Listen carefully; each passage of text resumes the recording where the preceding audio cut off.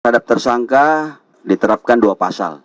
Yang pertama pasal 378 KUHP tentang penipuan dan atau penggelapan dengan maksud untuk menguntungkan diri sendiri atau orang lain secara melawan hukum. Kemudian yang kedua, pasal 1 ayat 1 Undang-Undang Darurat nomor 12 tahun 51 tentang kepemilikan senjata api, amunisi atau bahan peledak tanpa izin. Ini ancaman utamanya hukuman mati atau seumur hidup dan atau hukuman penjara setinggi-tingginya 20 tahun.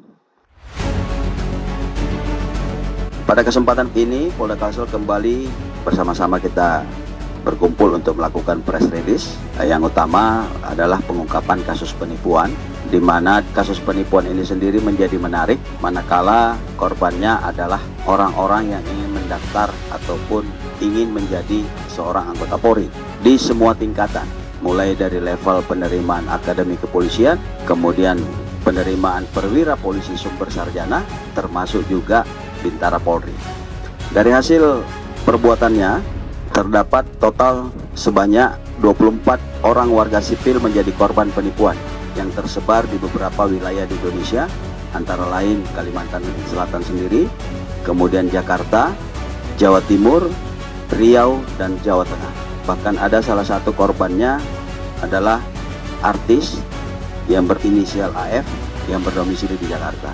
Ini juga menjadi saksi di dalam kasus ini. Kemudian ada 3 korban yang berasal dari Kalimantan Selatan dengan total kerugian mencapai 1.150 juta rupiah. Kemudian apabila seluruh kerugian korban ditotalkan, akumulasi dari beberapa korban, itu total kerugian 4.495 juta rupiah. Adapun barang bukti tindak pidana penipuan atau penggelapan yang dilakukan oleh tersangka, petugas berhasil mengamankan beberapa barang bukti, diantaranya 1 buah laptop merek Asus, ada juga printer, ini tujuannya untuk mencetak beberapa dokumen, kemudian ada 4 buah buku tabungan, 13 buah kartu tanda anggota Polri yang diduga palsu, 2 buah SIM A dan SIM C yang diduga palsu, 20 buah stempel dari berbagai macam instansi. Kemudian juga disita 2 unit handphone, kemudian 1 unit mobil Toyota Alphard berwarna hitam.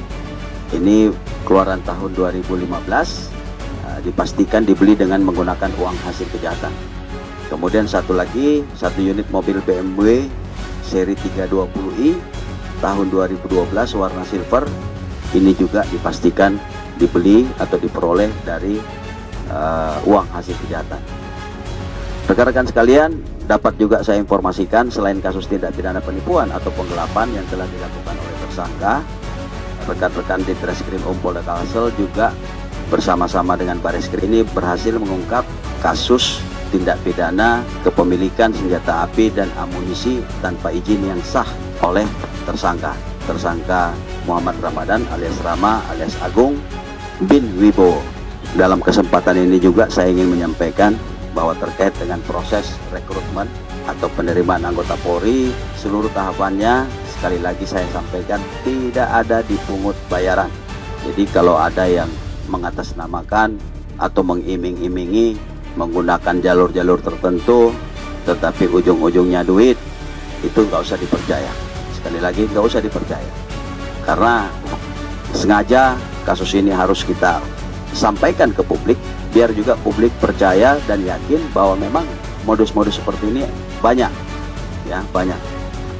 Sebelum mengakhiri penyampaian pada press release ini, saya ingin menyampaikan apresiasi kepada rekan-rekan personil Direktorat Reserse Kriminal Umum Polda Kalsel, khususnya Subdit Jatan Ras yang telah berhasil mengungkap kasus tindak pidana penipuan atau penggelapan ini sekaligus kepemilikan senjata api dan amunisi secara ilegal.